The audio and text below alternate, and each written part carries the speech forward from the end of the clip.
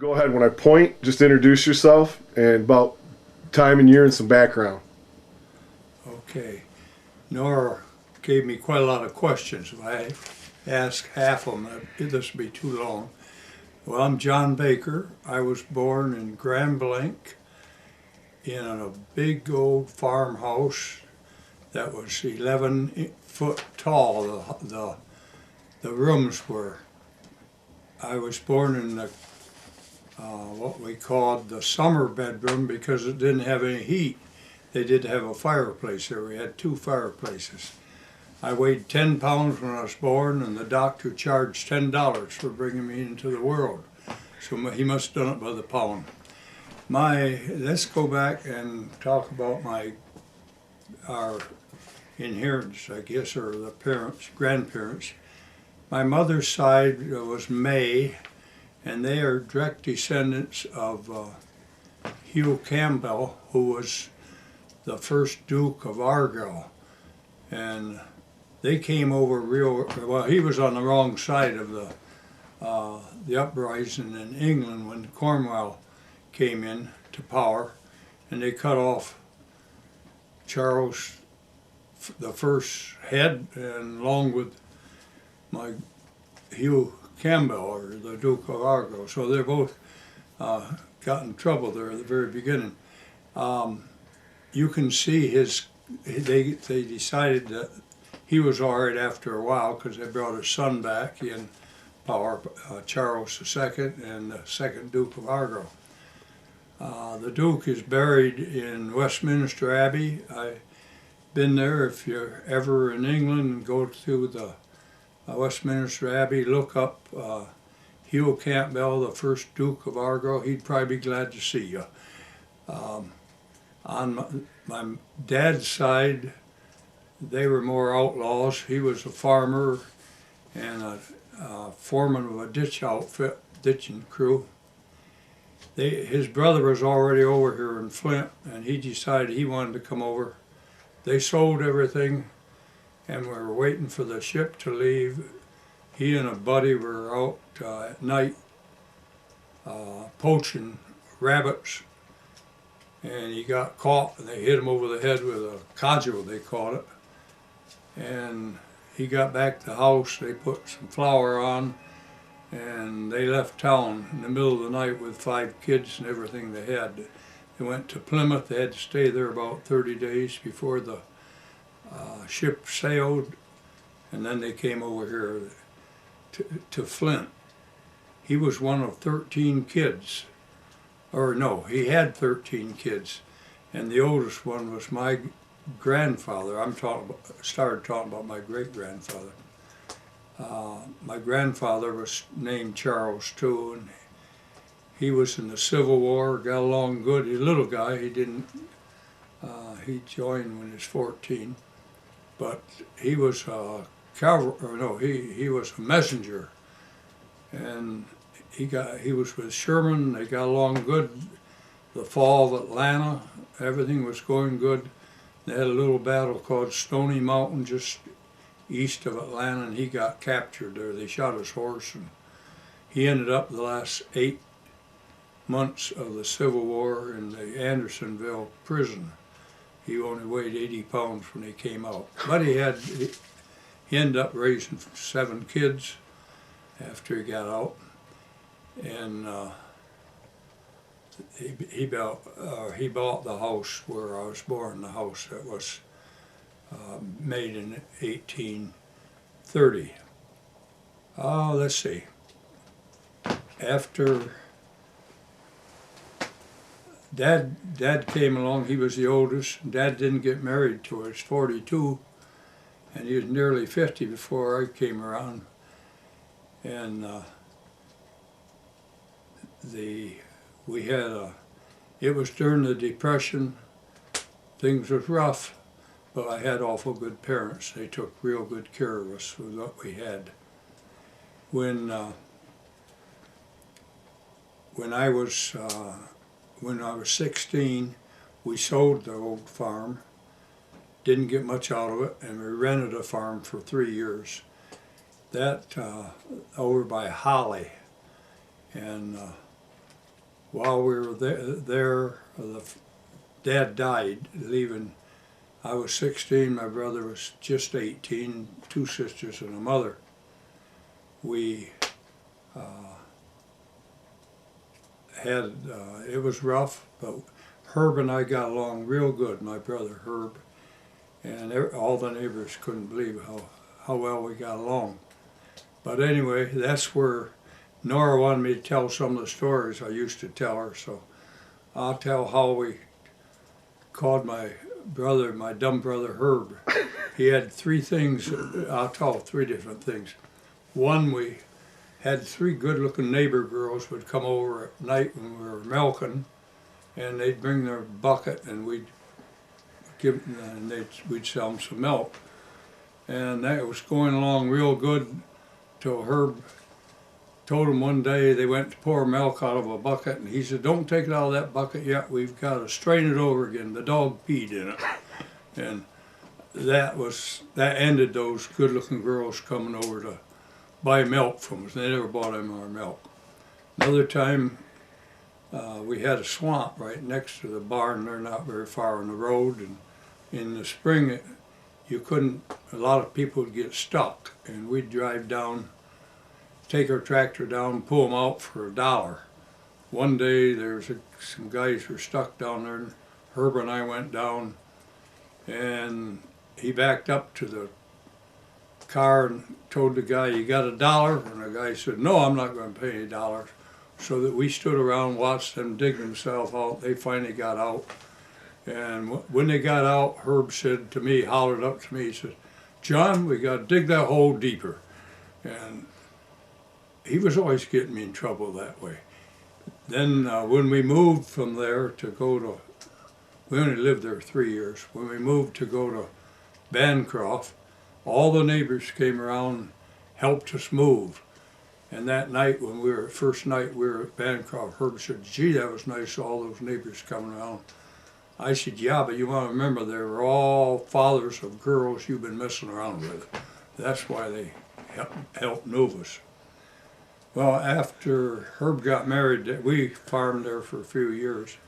After Herb got married, I saw there wasn't going to be room for two of us, so I went to Michigan State College in the winter term of 1946. I didn't have any money. I had 2 jobs there. I lived above the barns. I found that you could have 1 meal a day with pancakes during the term. I lost 20 pounds in college, but I lived above the barns, took care of the cattle, the experimental cattle and the experimental lambs.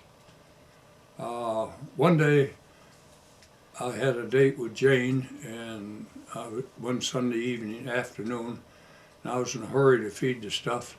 And 2 women came along, they were in my way all the time, wanting to ask why I did this, why I did that. And one old cow there at night, in the evening, we only gave her straw. When I gave her straw, they said, "How come that one just got straw?" I said, "I don't like that son of a bitch, it kicked me once." So they left, and I imagine they had quite a lot to say about how the livestock was taken care of at Michigan State University. Our sophomore year, I knew Jane before I went to college, but Jane and I started dating the sophomore year. First date was to the football game. I tell everybody she had a free ticket, that's why I took her there. But we dated for all the 3 years. We went to, she joined the sorority house, Zeta Tau Alpha, and I joined the farmhouse fraternity. We had a lot of formal parties. It cost $15 to rent a tux, and I found one for sale, used one for $15. So we went to a lot of the big bands, Jimmy Dorsey and all those.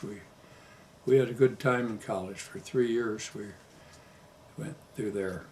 When we graduated, we came up here to Alma. Jane had a job teaching at $2,400 a year, $2,400 a year. and I had a job as a 4-H youth agent at 3,000.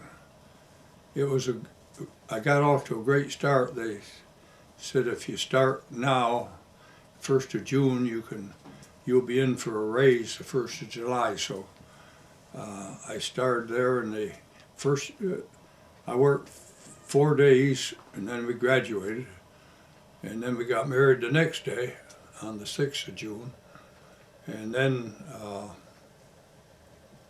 we took a week honeymoon, came back and worked 2 weeks, and they gave me a 12% raise, which was $400, which was big then. But we rented an apartment for about a year, just a little better, and raised enough money that we could make a down payment on a house down on Davis Street here in St. Louis. And so that's the only time we rented. We lived there 9 years, and then Jeff came along, and we built this house up here, and we've been here ever since. We have a nice home, and we're real happy with it. We had the 2 boys. We lost Jim this summer. That was a rough thing to take, but life goes on. I'm blessed with 5 of the best grandkids in the world, and I know they're all going to do real well. I could go on forever, but that got to here. How much further do you want? No. Oh my God, they're right here, aren't they? Oh, you put corn out too. Yeah.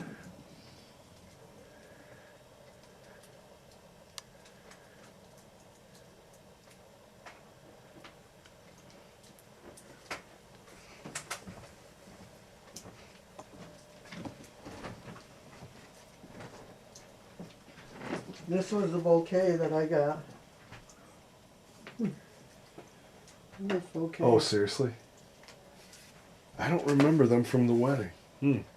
I shot a wedding that they were at, and they watched me work. Uh-huh. And that's why she asked me to do this. As it came out, she said I did a really nice job, so I felt pretty good. I was pretty honored. Yeah. As it came down to it. I think what I'm going to do is put this on the couch. I'm going to take a shot of this, if you don't mind. Actually, you know what? I might be able to. Okay, I was a 4-H agent for 3.5 years, and I was the first 4-H agent here. They had 300 kids when I came. They had 86 country schools. I visited them all twice, and in 3.5 years I had them up to 2,700 kids in 4-H. Some of the things I did that I'm kind of proud of. One was moving the fairgrounds from the Gratiot County Fair from Ithaca. They were fighting over there before I came here. They had 2 fairs. So the second year I was here, I moved the fair over to Alma. We have a great fair. We've got great facilities there, and I'm real proud of the fair over there. The crew that's working on it now are doing a wonderful job with it. I started Rainbow Lake. That was I bought a bunch of land there, and I was pasturing cattle, and it came to me that you could make a lake out of it. And I started buying up more land there. I only paid $43 an acre for the land, and most of it I was buying it on a land contract or an option. I tried to raise money to build a dam there, and I found out real quick it was hard to raise money. Everybody was interested, but they didn't have, none of them that I knew had very much. So I sold it. And the people that built the dam and the lake lost a lot of money on it, but it's a good lake. And the Fulton school system wouldn't be there today if it wasn't for Rainbow Lake. The taxes from Rainbow Lake supports that school. I got into a rainmaking project. That was an interesting thing. Some of the farmers we had 2 years of real dry weather, and they wanted, Dow Chemical was fooling around with weather modification. They quit because of public relations, really. And so I took a sabbatical for a month and looked up all I could on weather modification. checked with Massachusetts Institute of Technology. They said Michigan be the easiest place in the country to get more water by seeding the clouds. So I took the kids and Jane, we drove out to Boulder, Colorado, talked to the head of NOAA that was in charge of weather modification. He showed me a shotgun shell that they took the BBs out and put silver nitrate in it. And he said, we go up in the airplane, we shoot out of the window and it makes it rain. Boy, that's when I found out you better have faith if you're going to get involved in a weather modification project.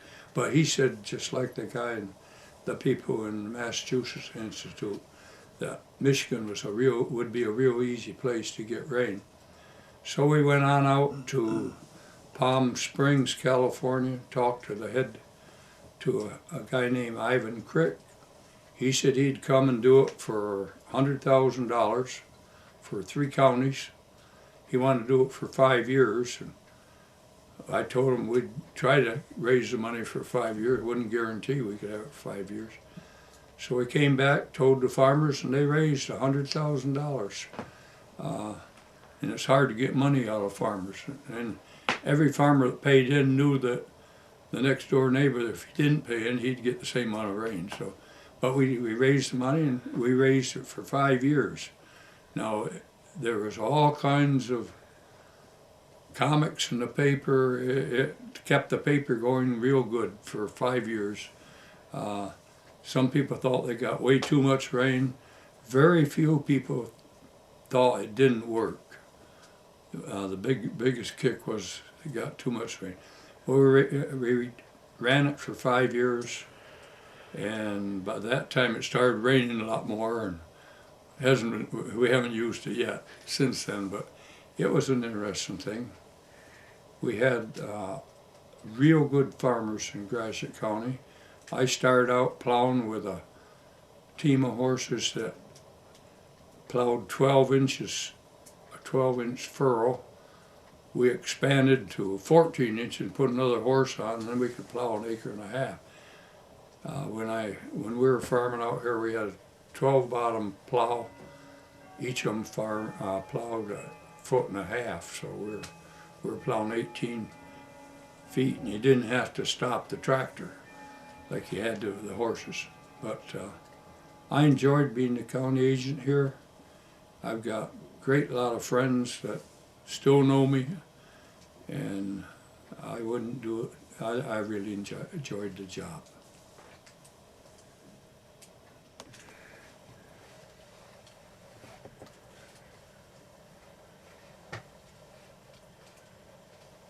How old is Nora? Nora's 25. Okay. And that's the bouquet. Mm-hmm. Got it. Just gonna get about 10 seconds of that shot. Now, where does she live? Nora? Yeah. Down there, she and Nick lived in, Alma? no, they lived down at Burr Oak. Oh, okay. So they're a ways away. Yeah. I like the small town. We live way out in Wynn by the gun club out in the sticks. In and Wynn. I teach in Shepherd. Yeah, good.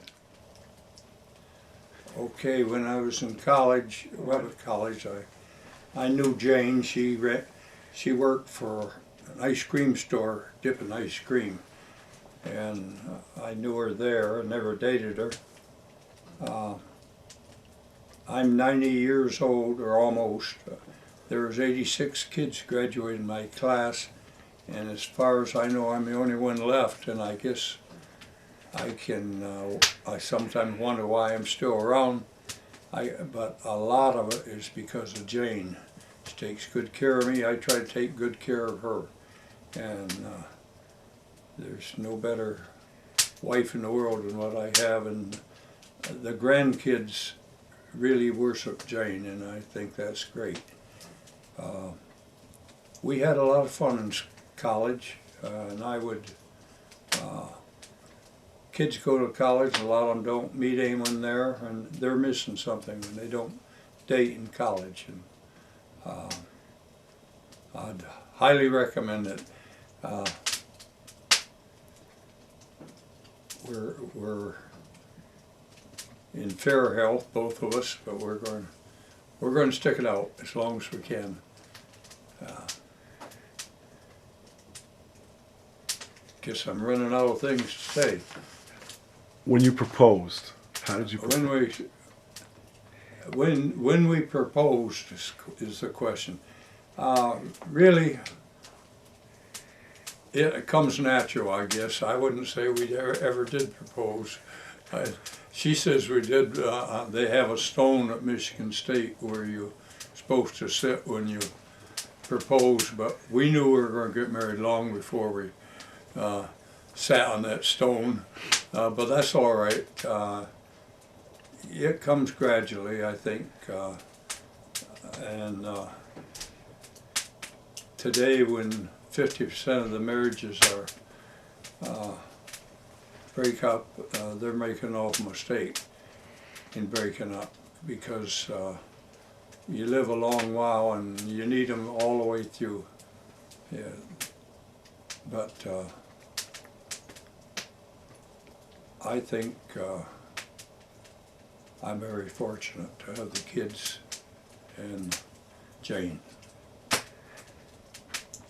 What is Yeah. why did Mom didn't like you? Why? I don't know. She was a bitch. I don't want to get into that. No, I won't have to put that in. Don't worry. That's good. We did get married again on the ship, on a cruise about 10 years ago. That was a nice wedding.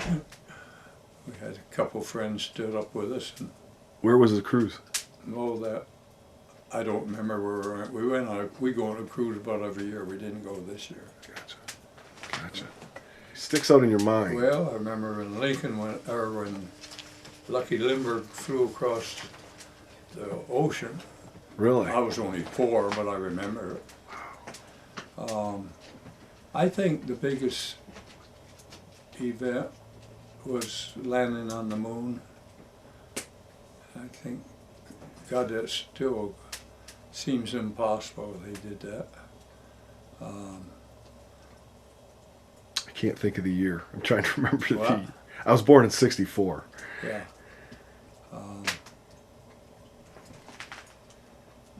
It was in the '60s, if I'm not mistaken, when we landed. What's that? Wasn't it in the '60s? Yeah, I think so. Differences between today, growing up today, like for kids, Oh. as opposed to when you were growing up. What are the differences you see? Well, there's a lot of difference. The difference between growing up now and then, of course, number one, you didn't have television.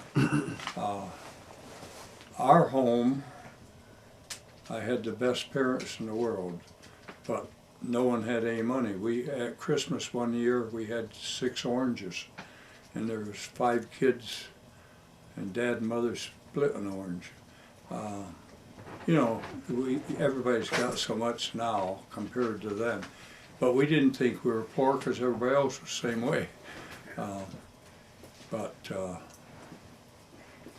television is the big thing now that kids are wrapped up in.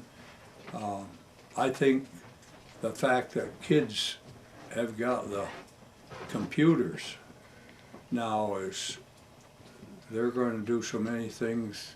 People worry about these kids aren't going to amount to much. These kids are going to go a long ways. My gosh, when a kid is 6 years old, he can run a computer. And we got a great granddaughter, that's Sydney. And she's a pride and joy. She's only 2 months old, but we like her. And she'll be running one of those in another 4 or 5 years probably. And I don't have one. If I was born 10 years earlier, I would have. But don't have any use for one. The reason we came up here was the county extension director, the guy above me, was getting old, and it was one of the best counties in the state. That's okay. Go ahead. Had the best soil, and he was. I figured he'd only be around about 3 or 4 years, and I was right. He got the job, and I quit being 4-H agent and did. That's why we came up here. And the people, I had the theory that the better the land, the smarter the people.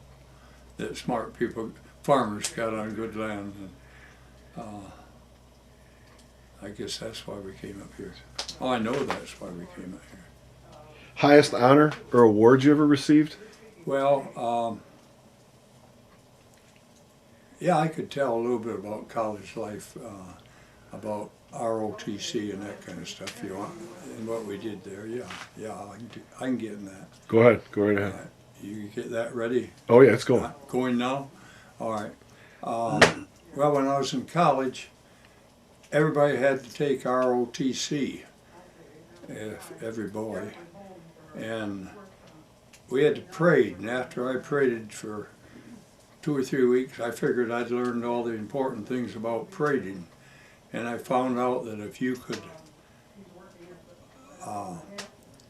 make the rifle team, you didn't have to parade. So I went down, tried out for the rifle team, and they had all the sharpshooters back from the war, and there's a lot of competition. But I made that, and I as a freshman, and I was second man on the team. We shot against Texas A&M.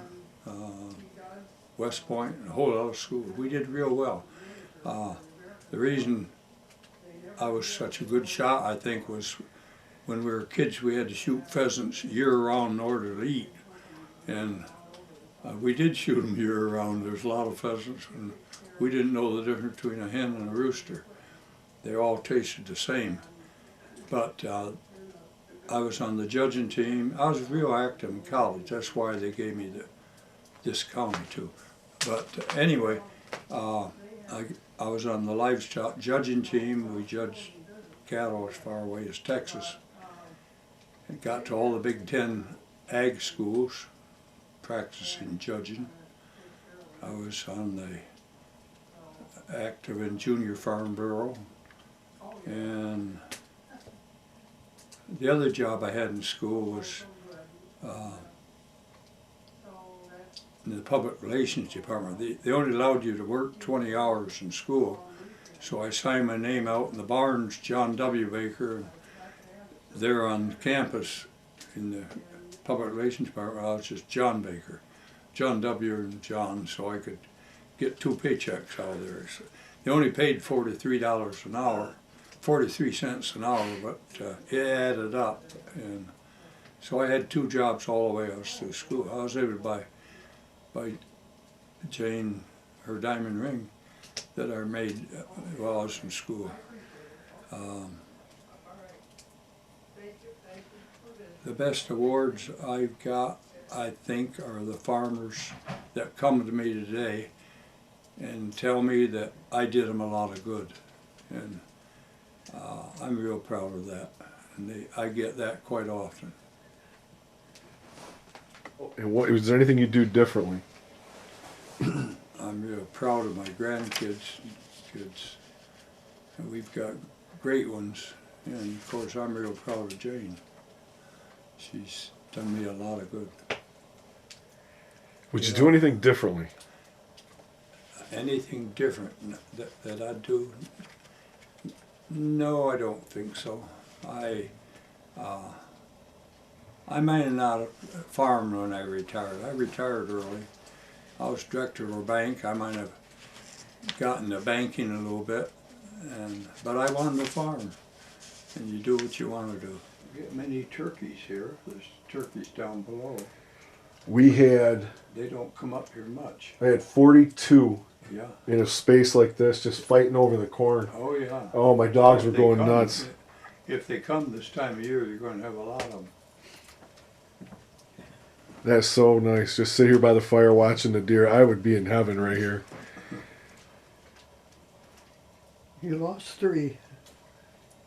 Boy, you're feeding them well. That one on the right's solid.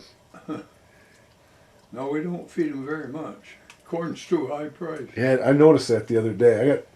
I think it was 50 pounds for about $9. Yeah.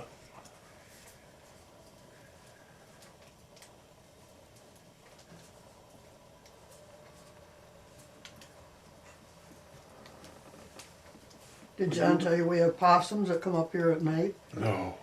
Yeah, we've had Yeah, he 3 or shot 4 them. possums. They come in here after dark, climb up there and eat out of there. Really? What advice would you give to kids today?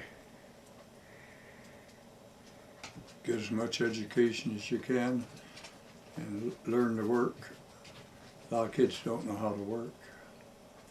But boy, they're missing a boat if they don't get education today. It's an educated world they're going into.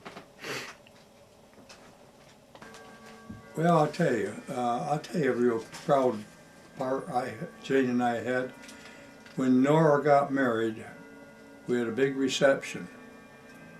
And when it came time to throw the bouquet, Nora came over and Nick gave Jane the bouquet and got a hold of me, said, you got to come up and give a talk and tell us what advice. Now, I was real proud of my grandkids then, and you got to make it mind what you're going to say. Just short, it was a surprise to me, and I told them that my dad and Nora's great grandfather were 42 before he got married, and most of the Bakers didn't marry till they're about 25 already. But once a Baker got married, most of them stayed together. And I said, we Bakers have kind of a motto: never go out for hamburger when you got steak at home. And I guess I was as proud that night as I've ever been, I guess, when Nora brought that bouquet to Jane, because that doesn't happen very often.